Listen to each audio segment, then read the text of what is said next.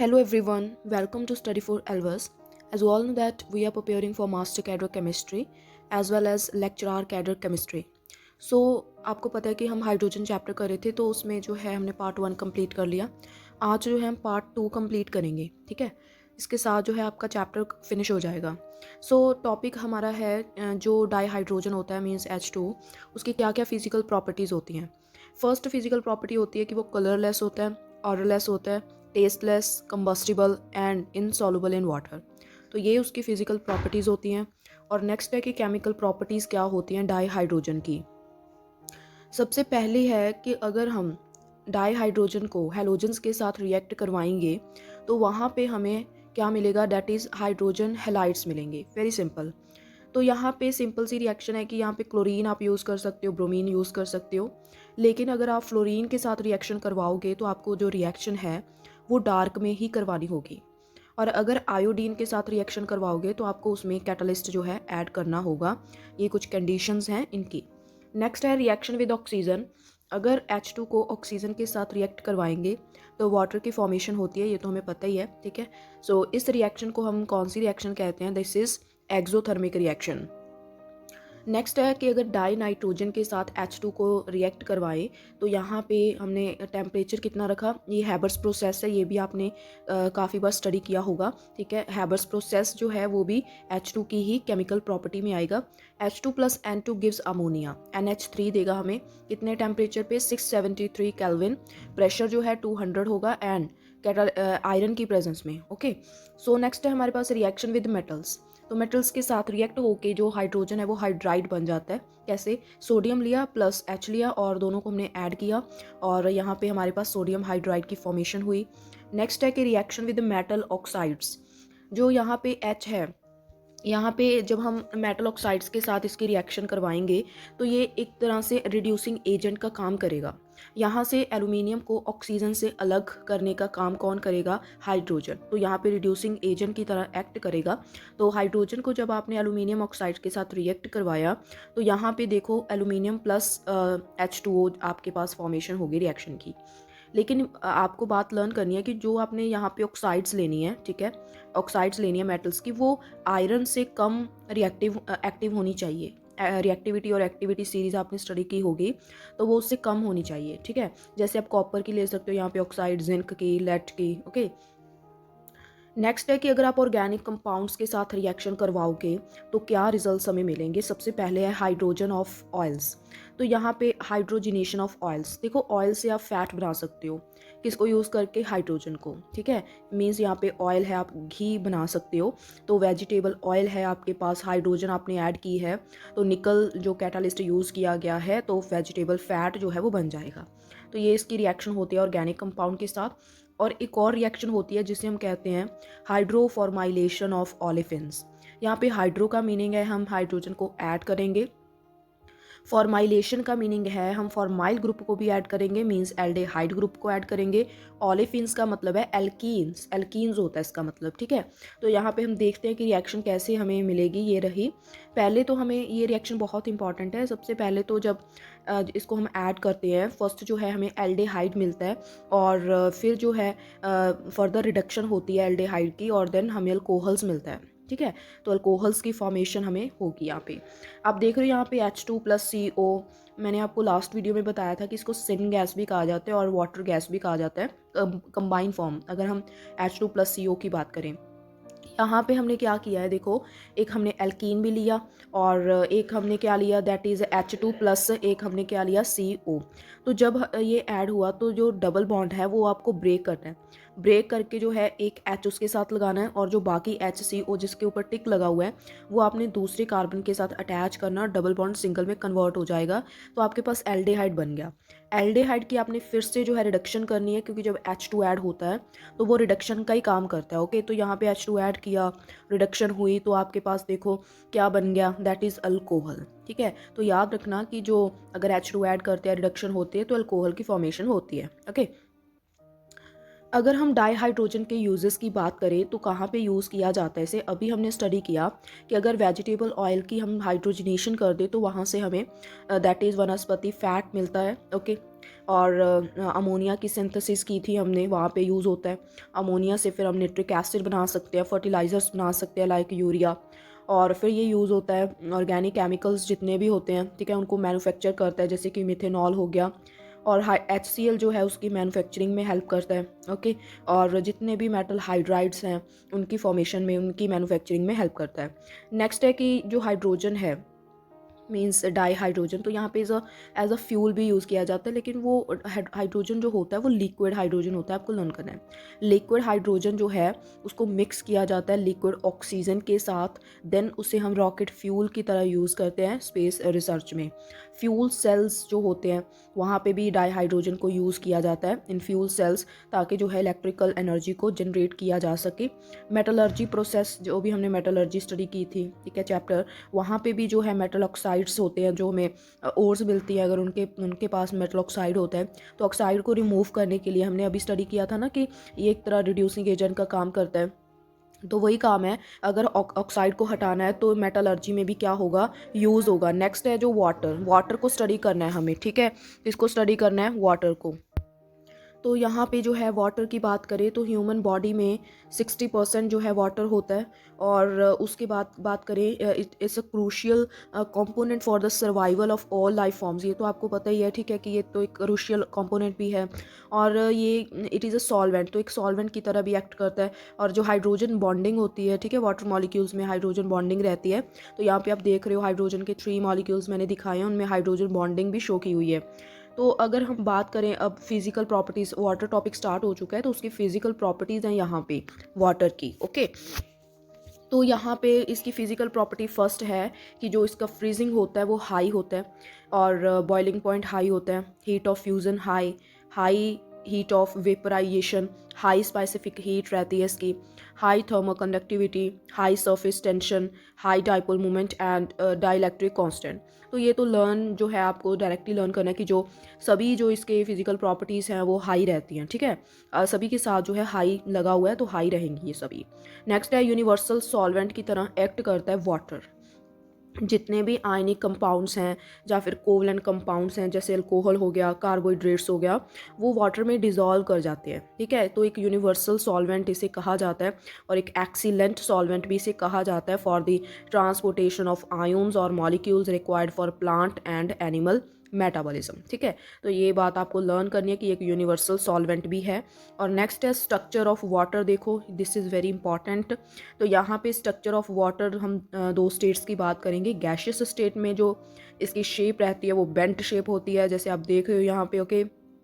जो एंगल रहता है वो 104 डिग्री 5 मिनट रहता है, और यहाँ पे बॉन्ड लेंथ होती है 95.7 पिकोमीटर।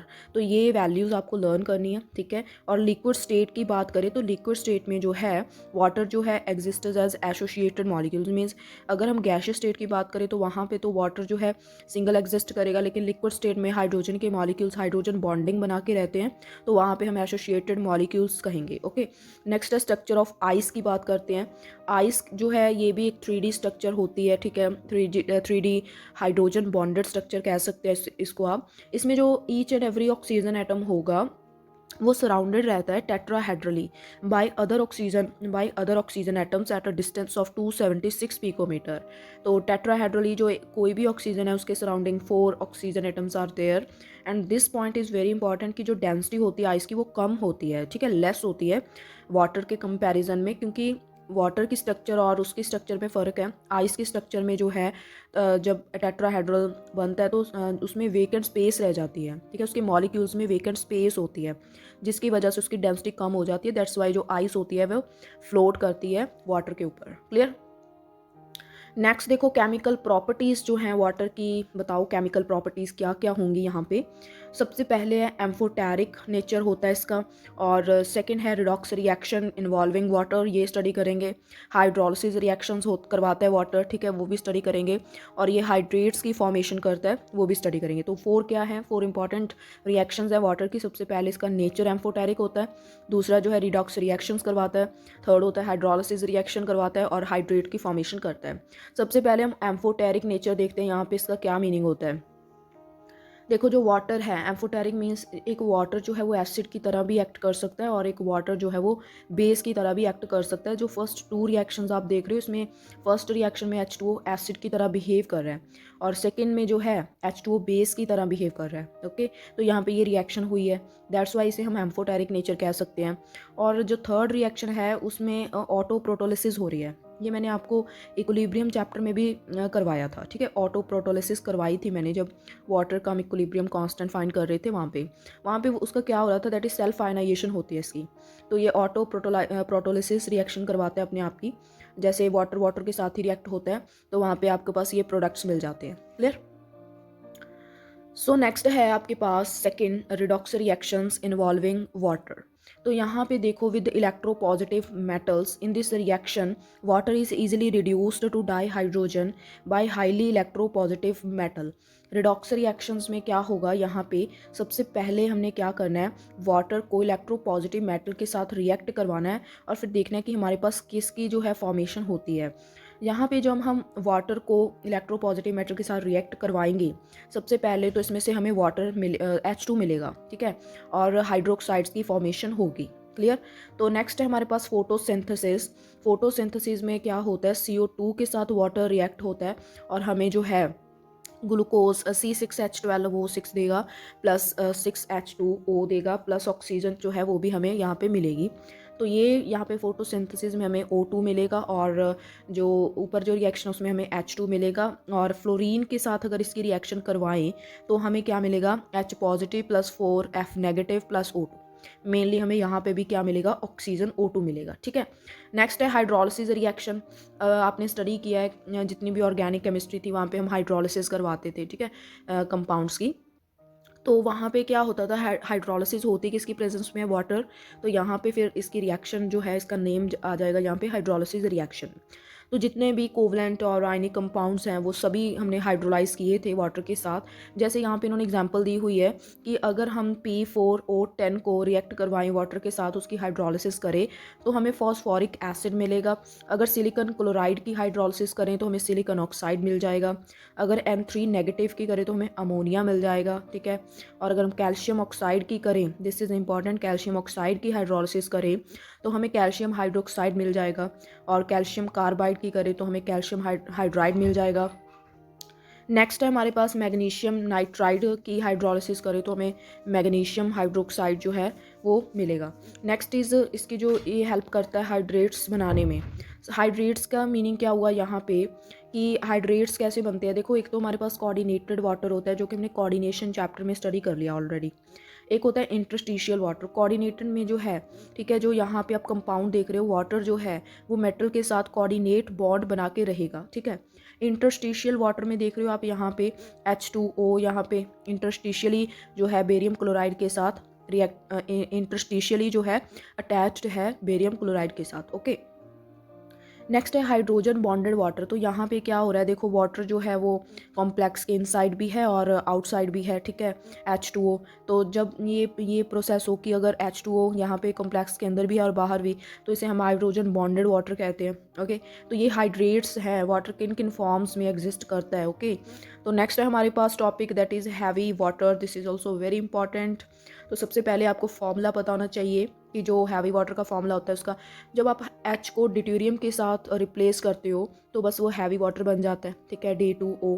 तो ये डिस्कवर किया था यूरे ने, कहाँ, कितने, कौन सी सेंचुरी, कौन से ईयर में किया था, 1932 में किया था। ओके, अब जो हैवी वाटर है कैसे प्रिपेयर होता है, जब आप वाटर की बहुत ज़्यादा इलेक्ट्रोलिसिस कर दोगे, एक्सेसिव इलेक्ट्रोलिसिस करोगे वाटर की, तो आपको हैवी वाटर मिलेगा। नेक्स्ट है कि अगर आप by product in some fertilizer industries, तो जो जितनी भी फर्टिलाइज़र इंडस्ट्रीज़ होती हैं वहाँ पे आपको बाय प्रोडक्ट में जो है हैवी वाटर मिलेगा। तो examples of compounds prepared using heavy water, तो वो कौन कौन सी एग्जांपल्स हैं जो हैवी वाटर को यूज़ होके, ठीक है ना, करके प्रिपेयर होते हैं, कौन कौन से कंपाउंड्स हैं वो। तो देखो यहाँ पे जो है मीन्स जैसे हमने हाइड्रोलिसिस की थी ऊपर, वैसे ही हम यहाँ पे भी करेंगे, हैवी वाटर के साथ उनको ही रिएक्ट करवाएंगे। जैसे कैल्शियम कार्बाइड, ठीक है ना, कैल्शियम हाइड्राइड बन रहा था वहाँ पे। तो यहाँ पे देखो कैल्शियम कार्बाइड आपने D2O ऐड किया तो आपके पास जो है C2D2 हो जाएगा, और जो दूसरी साइड है वो क्या आ जाएगा, Ca कैल्शियम OD ट्वाइस। तो ये कुछ ऐसे आ जाएगा यहाँ पे, बस सिंपल सी रिएक्शंस आपको करवानी होगी। तो यहाँ पे आप देख रहे हो SO3 जो है वो D2SO4 में कन्वर्ट हो जाएगा इस तरह से। यूजेस इसके बहुत इंपॉर्टेंट हैं, जैसे कि इसको न्यूक्लियर रिएक्शंस में मॉडरेटर की तरह इसको यूज़ किया जाता है, मॉडरेटर की तरह हैवी वाटर को, और एज अ ट्रेसर भी इसे यूज़ किया जाता है, ठीक है, in the study of mechanisms of organic reactions. और इसको हम ड्यूटेरियम कंपाउंड्स अगर हमें बनाने हैं, जैसे हमने अभी ऊपर जो रिएक्शंस 2-3 रिएक्शंस की हैं वो ड्यूटेरियम कंपाउंड्स ही हैं, ठीक है। वो कैसे बने हैं हमारे पास, यूज़ करके किसको, deuterium oxide, that is heavy water को। ओके, नेक्स्ट जो है हमने अभी तक स्टडी किया है H2 को, डाई हाइड्रोजन को, वाटर को। सो हमारा लास्ट टॉपिक है हाइड्रोजन पर ऑक्साइड, जिसका जो फॉर्मूला होता है वो होता है H2O2। सबसे पहले ये डिस्कवर किया था थिनैट ने इन 1818 में, और इसे हम ऑक्सीजनेटेड वाटर भी कहते हैं। दिस इज़ इंपॉर्टेंट, आपको आ सकता है कि ऑक्सीजनेटेड वाटर कौन सा होता है, तो हाइड्रोजन पर ऑक्साइड को ऑक्सीजनेटेड वाटर कहा जाता है। नेक्स्ट है कि प्रेपरेशन ऑफ हाइड्रोजन पर ऑक्साइड, तो जो प्रेपरेशन है, ठीक है, हाइड्रोजन पर ऑक्साइड की, वो कैसे कर सकते हैं। यहाँ पे हम लेबोरेटरी प्रेपरेशन करेंगे। सबसे पहले लेबोरेटरी प्रेपरेशन में हम ये फर्स्ट रिएक्शन करेंगे कि जो H2O2 है वो हम बेरियम पर ऑक्साइड से बना सकते हैं। This is very important reaction कि आप H2O2 को कहाँ से प्रिपेयर करोगे, दैट इज़ बेरियम पर ऑक्साइड, ठीक है। तो ये 1 मार्क में आपको आ सकता है क्वेश्चन। तो यहाँ पे बेरियम परऑक्साइड लो, वाटर उसको सल्फ्यूरिक एसिड में ऐड करो तो आपके पास बेरियम सल्फेट बन जाएगा, और आपको जो चाहिए वो बनेगा, that is peroxide, hydrogen peroxide बनेगा, प्लस आपके पास वाटर के मॉलिक्यूल्स आ जाएंगे। नेक्स्ट है लेबोरेटरी प्रेपरेशन में इलेक्ट्रोलिसिस। आप क्या करो, 50% H2SO4 लो, ठीक है, उसको आप क्या करो, इलेक्ट्रोलिसिस कर दो। जब H2SO4 लोगे तो वहाँ से आप उसकी ब्रेकेज होगी H पॉजिटिव में और 2HSO4 नेगेटिव में, क्योंकि आप इलेक्ट्रोलिसिस कर रहे हो तो वो आयंस में कन्वर्ट होगा। कैथोड पे जो जाएगा वो कैथोड पे जाएगा H positive, H positive cathode पे जाके 2 इलेक्ट्रॉन्स गेन करेगा और H2 में कन्वर्ट हो जाएगा। ओके, और एनोड पे जो है नेगेटिव वाला जाएगा तो वहाँ पे वो कन्वर्ट हो जाएगा H2S2O8 में। इसको हम कहते हैं दैट इज़ पर ऑक्सोडाई सल्फ्यूरिक एसिड। तो ये आपको लर्न करना है। उसके बाद फिर जो आपके पास पर ऑक्सोडाई सल्फ्यूरिक एसिड आया है उसको आपने करना है हाइड्रोलिसिस, उसकी हाइड्रोलिसिस करनी है आपको। तो आपको ये भी पूछा जा सकता है कि जो H2O2 है वो किसकी हाइड्रोलिसिस से बनता है, ठीक है, हाइड्रोलिसिस किसकी करनी पड़ती है हमें, तो हम इसका आंसर देंगे पर ऑक्सोडाई सल्फ्यूरिक एसिड की। तो इसका जब आप हाइड्रोलिसिस करोगे तो आपके पास H2SO4 आएगा। फर्दर फिर से आपको इसी की फिर से हाइड्रोलिसिस करनी होगी, फिर जाके जो है आपके पास जो है H2O2 की फॉर्मेशन होगी। क्लियर, तो यहाँ से क्लियर हो गया। इलेक्ट्रोलिसिस से हमने बनाया, किसकी इलेक्ट्रोलिसिस की थी, H2SO4 की। हाइड्रोलिसिस किसकी की थी हमने, पर ऑक्सोडाई सल्फ्यूरिक एसिड। ओके, नेक्स्ट है आपके पास कुछ फिजिकल प्रॉपर्टीज़ जहाँ पे रहेंगी परऑक्साइड की, हाइड्रोजन परऑक्साइड की। तो सबसे पहली है कि प्योर स्टेट में जो है इसका जो कलर रहता है, this is important, pale blue coloured रहता है ये, ठीक है। H2O2 जो है वो वाटर में मिसिबल होता है, ठीक है, मतलब सॉल्व हो जाता है, सॉरी डिज़ोल्व हो जाता है, सॉल्युबल होता है इन ऑल प्रॉपर्टीज़। मिसिबल जो है दैट इज़ जब ये मिसिबल हो जाएगा तो हमारे पास जो प्रोडक्ट बनेगा वो बनेगा H2O2 H2O with melting point होगा इसका 221 केल्विन। स्ट्रेंथ अगर आपको फाइंड करनी हो हाइड्रोजन परऑक्साइड की तो वो होती है वॉल्यूम स्ट्रेंथ का formula 11.2 into M. Volume strength अगर नॉर्मेलिटी में है, अगर मोलैरिटी में है तो 11.2 इंटू एम आ जाएगा, अगर नॉर्मेलिटी में है 5.6 इंटू एन आ जाएगा। नेक्स्ट है स्ट्रक्चर। इसकी स्ट्रक्चर बहुत इंपॉर्टेंट है। जैसे स्ट्रक्चर जो रहेगी इसकी नॉन प्लेनर होती है, सबसे पहले तो यही लर्न करना है। तो उस तो बाद जो है that is storage of hydrogen peroxide. Storage means हम कहाँ पे इसे स्टोर करके रखेंगे। सबसे पहले आपको ये लर्न करना है कि इसको आप ग्लास बॉटल्स जो होती हैं वहाँ पे आप इसको स्टोर नहीं करोगे, ठीक है, क्योंकि अगर वहाँ पे स्टोर करते हो तो यहाँ पे ग्लास कैटालिसिस हो जाता है, और ठीक है। नेक्स्ट है स्टोर्ड इन पैराफिन वैक्स। आपको इसको स्टोर करना है पैराफिन वैक्स में, जो कि कोटेड होना चाहिए प्लास्टिक के साथ या फिर टेफ्लॉन बॉटल्स के साथ। ओके, नेक्स्ट है कि हमें इसमें कुछ और भी ऐड करके रखना चाहिए, जैसे ग्लिसरॉल ऐड कर दिया इसमें, सो दैट जो है इसकी डीकम्पोजिशन ना हो सके। अगर आप ग्लास बॉटल्स में रखोगे तो इसकी डीकम्पोजिशन हो जाती है, और आपको ग्लिसरॉल ऐड कर देना इसमें, अल्कोहल ऐड करना है, एसिटामाइड और H3PO4, इसमें से कोई भी चीज़ आप ऐड कर सकते हो उसके डिकम्पोजिशन को प्रिवेंट करने के लिए। नेक्स्ट है यूजेस, तो यहाँ पे यूजेस क्या रहेंगे, हाइड्रोजन परऑक्साइड जो है कहाँ पे यूज़ किया जाता है, दैट इज़ ग्रीन केमिस्ट्री में आप इसे यूज़ करते हो। और नेक्स्ट जो है that is as an antiseptic के तौर पे यूज़ किया जा सकता है। हाइड्रोजन परऑक्साइड एंटीसेप्टिक की फॉर्म में यूज़ किया जाता है और मार्केट में से सोल्ड किया जाता है एज अ पर हाइड्रोल की फॉर्म में। कौन सी फॉर्म, पर हाइड्रोल।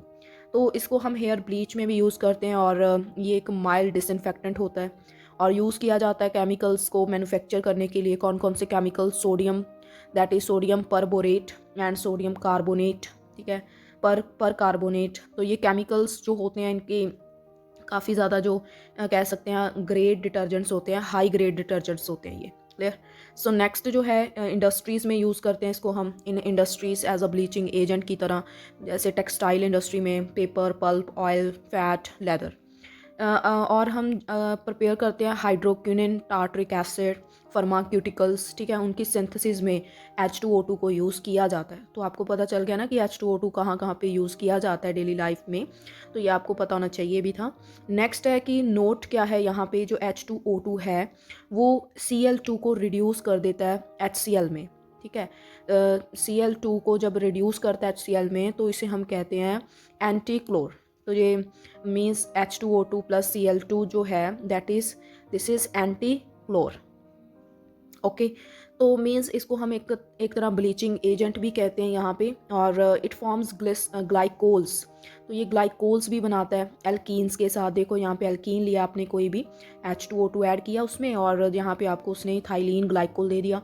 ओके, तो ये रिएक्शन आपको पूछी जा सकती है। H2O2 अगर इथाइलिन में ऐड करोगे तो आपको इथाइलिन ग्लाइकोल मिलेगा। ओके, नेक्स्ट है प्रीवियस ईयर क्वेश्चन 2017 जो था, इसमें है कि इसमें से कौन सी स्टेटमेंट करेक्ट है। इन्होंने फर्स्ट कहा है कि H2 react slowly with Cl2, D2 reacts faster with Cl2 than H2, H2 reacts faster with Cl2 than D2, ठीक है। Both H2 and D2 reacts equally fast with Cl2।